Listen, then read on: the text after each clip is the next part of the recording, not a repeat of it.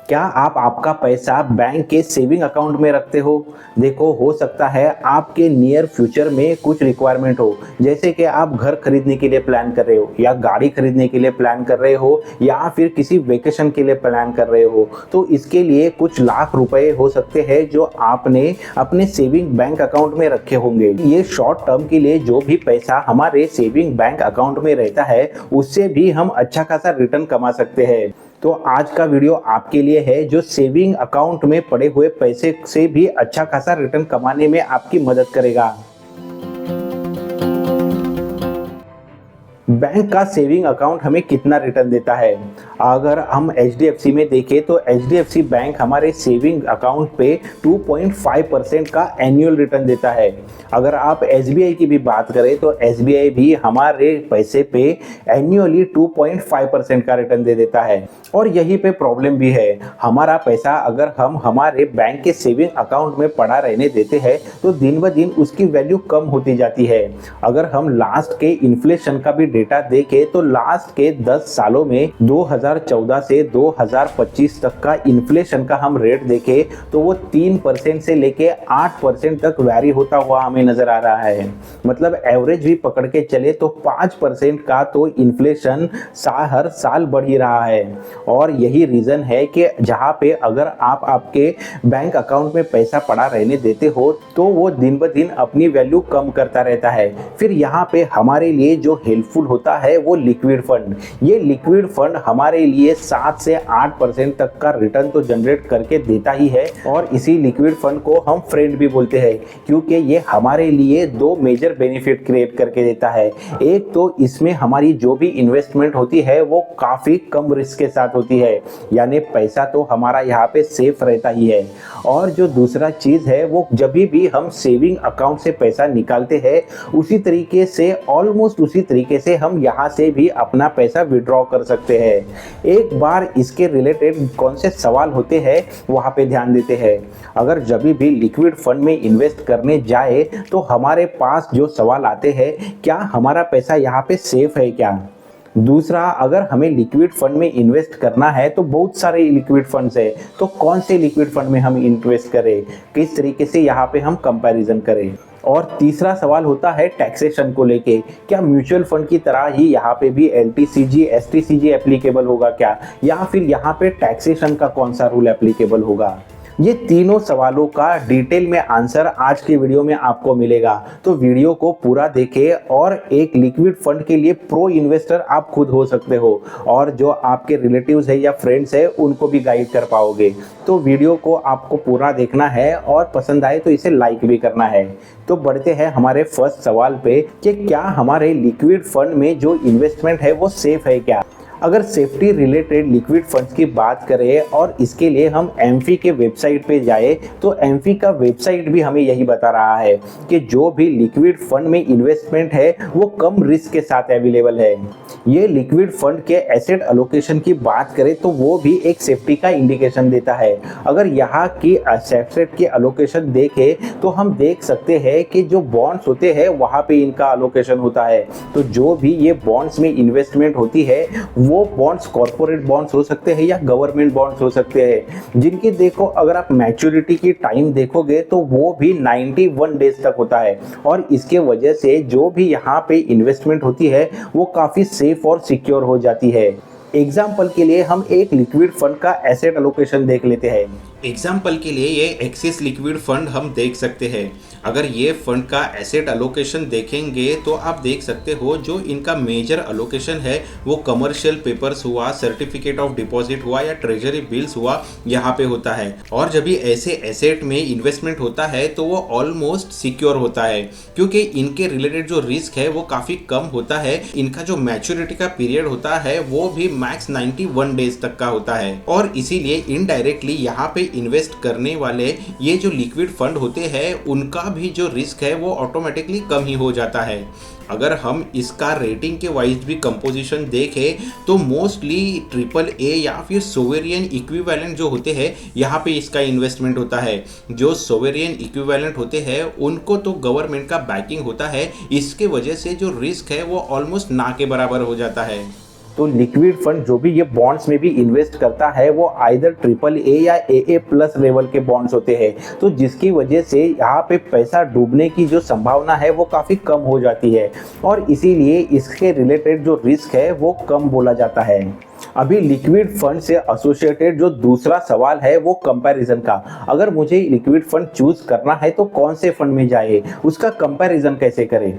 देखो जनरली तो हम यही मान के चलते हैं कि जो रिटर्न्स है वो जिसके ज़्यादा होंगे वो सबसे बेहतर है, लेकिन जब भी हम लिक्विड फंड के बारे में बात करते हैं तो यहाँ पे केवल रिटर्न्स को देख के हम फंड चूज नहीं कर सकते।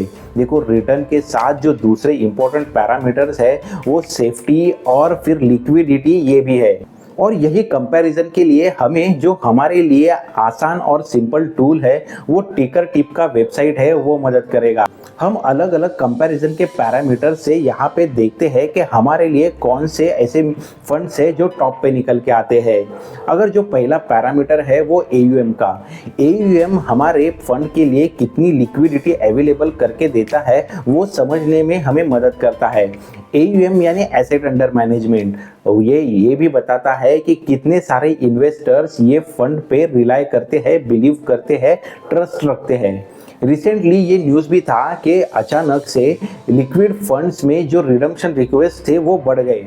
तो इसी तरीके की सिचुएशन समझो किसी फंड के साथ आ जाती है तो फिर AUM अगर ज़्यादा हो तो फिर ये फंड रिडम्पशन रिक्वेस्ट मैनेज करने के लिए ज़्यादा सक्षम भी होता है। यानी AUM अगर बेहतर है तो फिर हम लिक्विडिटी उस फंड के लिए अच्छा है ऐसा मान के चल सकते हैं। एक बार हमारे क्राइटेरिया में जो फिल्टर का क्राइटेरिया है वहाँ पे हम चेक करते हैं कि हमारे लिए कौन से टॉप के फंड्स निकल के आते हैं जब हम AUM से फिल्टर आउट करते हैं।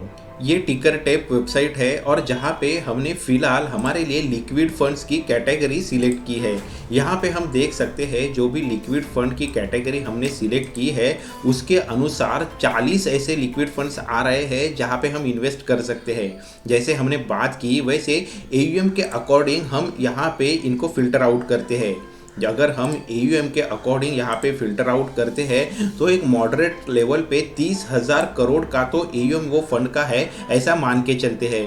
तो ये फिल्टर हम 30,000 करोड़ से ज़्यादा के जो भी फंड्स है वो फिल्टर आउट करने के लिए यूज़ करेंगे। तो ये 30,000 वाला फिल्टर ऐड होते ही हम देख सकते हैं जो भी हमारे 40 फंड थे उसमें से अभी 7 फंड है जो हमें यहाँ पे 30,000 के ऊपर वाला AUM दे रहे हैं। यहाँ पे अगर हम उनका लार्जेस्ट AUM के अनुसार भी सॉर्टिंग करें तो देख सकते हैं SBI लिक्विड फंड सबसे टॉप में नज़र आ रहा है और बाकी के फंड यहाँ पे नज़र आ रहे हैं।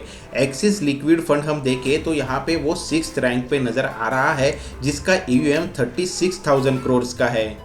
लिक्विडिटी के रिलेटेड और एक पॉइंट है कि फंड कितना पुराना है। वो फंड जितना पुराना हो उतना ही लिक्विडिटी के लिए वो हमारे लिए अच्छा है ऐसा हम मान सकते हैं, और वो हमें पता चलेगा फंड का इंसेप्शन होके कितना टाइम हुआ है उससे। तो अगर हम ये फंड के इंसेप्शन से फिल्टर लगाते हैं तो देखते हैं कौन से टॉप में निकल के आने वाले फंड्स हैं। नेक्स्ट पैरामीटर आ जाता है वो फंड से रिलेटेड सेफ्टी का। अगर फंड के रिलेटेड सेफ्टी देखनी है तो जो इम्पोर्टेंट पॉइंट हमारे लिए निकल के आता है वो फंड कौन से बॉन्ड में इन्वेस्ट कर रहा है, वो बॉन्ड्स की रेटिंग क्या है। जो भी फंड AAA रेटिंग वाले बॉन्ड्स में ज़्यादा इन्वेस्ट कर रहा है वो हम मान सकते हैं कि बेहतर है। यानी कि हम अगर यहाँ पे देखें तो जो भी AAA की रेटिंग होती है वो ज़्यादा से सिक्योर और सेफ्टी वाले बॉन्ड्स बोले जाते हैं। तो फिर अगर हमारा फंड भी ऐसे बॉन्ड में इन्वेस्ट कर रहा है तो हमारा फंड भी सिक्योर और सेफ हो जाता है। और यही क्राइटेरिया हम हमारे फिल्टर में अप्लाई करके चेक कर सकते हैं कि टॉप के फंड्स कौन से हैं। लिक्विडिटी और सेफ्टी के बाद जो मेजर सबका फेवरेट क्राइटेरिया आ जाता है वो रिटर्न का। देखो अगर आप ये लिक्विड फंड्स का रिटर्न देखोगे तो वो आपको मोस्टली सेम ही नजर आएगा। हो सकता है कोई फंड 6.10% का रिटर्न दे या कोई 6.20% का रिटर्न दे, यानी रिटर्न में आपको बहुत ज़्यादा डिफरेंस देखने मिलेगा ऐसा नहीं। तो रिटर्न्स का पैरामीटर देखते समय हम ये फंड ने 3 साल के लिए या 5 साल के लिए कितना रिटर्न जनरेट करके दिया है वो चेक कर सकते हैं। एक बार अगर हम 5 सालों के लिए फिल्टर आउट करते हैं तो देखते हैं कौन से फंड्स टॉप पे निकल के आते हैं। अभी फंड के जो रिटर्न है वहाँ पे हम नज़र देते हैं। फंड के रिटर्न के लिए हमने समझो 3 साल और 5 साल का जो फिल्टर है वो अप्लाई किया, तो हमें यहाँ पे क्या रिजल्ट निकल के आता है वो चेक करते हैं। यहाँ पे देख सकते हैं अभी हमने 3 साल के लिए और 5 साल के लिए कौन सा फंड रिटर्न दे रहा है वो चेक करने के लिए उनको सिलेक्ट किया है। यहाँ पे अगर 3 साल के लिए हम फिल्टर आउट करें तो जो सबसे टॉप में निकल के आ रहा है वो आदित्य बिरला सन लाइफ लिक्विड फंड नज़र आ रहा है। उसके बाद दूसरे नंबर पे हमें एक्सिस लिक्विड फंड दिख रहा है। वैसे ही अगर हम 5 साल के लिए देखें तो यहाँ पे भी सेम फंड्स है, जो Aditya Birla axis liquid fund है वो टॉप के 2 फंड में नज़र आ रहे हैं। अभी रिटर्न को इम्पैक्ट करने वाला और एक इम्पॉर्टेंट पैरामीटर है वो एक्सपेंस रेशो का। यहाँ पे भी लिक्विड फंड को भी हमें कुछ चार्जेस जरूर देने होते हैं और वो है एक्सपेंस रेशो। यानी अगर जिसका भी एक्सपेंस रेशो सबसे कम होगा वो हमारे लिए बेहतर फंड है, ऐसा हम मान सकते हैं। एक्सपेंस रेशो का फिल्टर अप्लाई करके देखते हैं कि कौन से फंड टॉप में नजर आते हैं। अभी एक्सपेंस रेशो का फिल्टर ऐड करके देखते हैं कि हमारे लिए कौन से टॉप फंड्स है। एक्सपेंस रेशो का यहाँ पे हम फिल्टर ऐड करने के लिए यहाँ पे एक्सपेंस रेशो सिलेक्ट कर देते हैं। एक्सपेंस रेशो जैसे जितना कम हो उतना अच्छा है, तो हम एक्सपेंस रेशो किसका कम है वो देखने के लिए कम एक्सपेंस रेशो वाले फंड को टॉप में लेके आते हैं। तो हमें यहाँ पे दिख रहा है एक्सिस लिक्विड फंड है जो टॉपर नज़र आ रहा है। तो फिर रिटर्न्स के रिलेटेड हमने 5 साल का रिटर्न देखा या फिर एक्सपेंस रेशो देखा। उसी तरीके से और एक इम्पॉर्टेंट पैरामीटर है वो शार्प रेशो का। शार्प रेशो जितना ज़्यादा हो उतना लिक्विड फंड के लिए बेहतर है, ऐसा बोल सकते हैं। देखो शार्प रेशो हमें क्या बताता है, फंड कितना रिस्क लेके हमारे लिए ज़्यादा रिटर्न जनरेट कर रहा है वो बताता है। तो शार्प रेशो का फिल्टर अप्लाई करके देखते हैं कि कौन सा फंड है जो हमारे लिए बेहतर नज़र आता है। सेम AUM के अंडर अभी हम जो हमने शार्प रेशो की बात की थी वो शार्प रेशो ऐड करके चेक करते हैं कि कौन से फंड के लिए शार्प रेशो ज़्यादा हमारे लिए बेहतर है। शार्प रेशो जितना ज़्यादा हो उतना हमारे लिए बेहतर है। तो वही शार्प रेशो की यहाँ पे हम सॉर्टिंग करके देखते हैं कौन सा फंड हमारे लिए बेहतर नज़र आ रहा है। यहाँ पे भी देखें तो एक्सिस लिक्विड फंड है जो हमारे लिए सबसे ज़्यादा शार्प रेशो के साथ नज़र आ रहा है, और उसके नीचे फिर हमें आदित्य बिरला सन लाइफ लिक्विड फंड दिख रहा है। तो अभी जो भी हमने क्राइटेरिया चेक किया उससे हम हमारे लिए टॉप का जो लिक्विड फंड है वो जरूर चूज कर सकते हैं। अगर टॉप के फंड्स देखें तो उसमें हमें एक कॉमन नाम जो नजर आ रहा है वो एक्सिस लिक्विड फंड का। देखो दोस्तों, ये जो भी वीडियो हम बना रहे हैं वो एजुकेशन पर्पज से है। आप खुद का फिल्टर खुद करें, एनालिसिस खुद करें, आपका जो एडवाइजर है उसकी राय ले और उसके बाद ही खुद के इन्वेस्टमेंट का डिसीजन ले। अभी ये कंपैरिजन के बाद समझो आप इन्वेस्ट करने के लिए कॉइन के प्लेटफॉर्म पे गए तो वहाँ पे आपको सेम नाम के साथ भी मल्टीपल ऑप्शंस अवेलेबल दिखेंगे। जैसे समझो आपने एक्सिस लिक्विड फंड ही चूज किया तो वहाँ पे भी आपको ग्रोथ का ऑप्शन दिख सकता है, वहीं पे आपको IDCW का ऑप्शन भी दिख सकता है। देखो अगर ग्रोथ का ऑप्शन क्या बोलता है कि जो भी हमारी इन्वेस्टमेंट है उस पर कुछ डिविडेंड आता है या रिटर्न जनरेट होता है तो फिर वो फिर से इन्वेस्ट किया जाता है और हमारे लिए ग्रोथ का ऑप्शन है वही बेहतर है। लेकिन आपके इंफॉर्मेशन के लिए अगर IDCW के बारे में बताना चाहो यानी इनकम डिस्ट्रीब्यूशन कम विड्रॉवल ऑप्शन के बारे में बोलूं तो वो पीरियोडिकल विड्रॉवल के लिए एप्लीकेबल एक ऑप्शन है, लेकिन हमारे लिए ग्रोथ ऑप्शन है वो बेहतर हो सकता है, जिसमें हम जब भी हमारी रिक्वायरमेंट हो तभी विड्रॉवल के लिए जा सकते हैं। तो अभी तक हमने देखा कि लिक्विड फंड हमारे लिए कितने सेफ है और उनका कंपैरिजन करके हम खुद के लिए टॉप का लिक्विड फंड कैसे चूज कर सकते हैं। अभी तक की इंफॉर्मेशन आपको पसंद आई है तो वीडियो को जरूर लाइक करें। अभी बढ़ते हैं नेक्स्ट पॉइंट की तरफ जो है काफ़ी इंपॉर्टेंट है वो टैक्सेशन का। अगर म्यूचुअल फंड के बारे में बात करें तो हमारे दिमाग में जो आ जाता है वो LTCG और STCG यानी शॉर्ट टर्म कैपिटल गेन और लॉन्ग टर्म कैपिटल गेन। लेकिन देखो अगर आप लिक्विड फंड की बात करेंगे तो उसके ऊपर सिंपल जो आपके सेविंग बैंक अकाउंट में जो भी इंटरेस्ट जमा होता है उसके लिए जो लॉ एप्लीकेबल होता है या फिर आपके FD के लिए जो लॉ एप्लीकेबल होता है वही यहाँ पे आपके लिक्विड फंड से मिले गए गेन के लिए भी एप्लीकेबल होता है। यानी जो भी आपका टैक्स का स्लैब होगा उसके अनुसार ही आपको टैक्सेशन लागू होगा। मतलब समझो कोई 10% वाले टैक्स स्लैब में आ रहा है तो उसका केवल 10% का ही टैक्स लिक्विड फंड में मिले हुए इंटरेस्ट पे एप्लीकेबल होगा।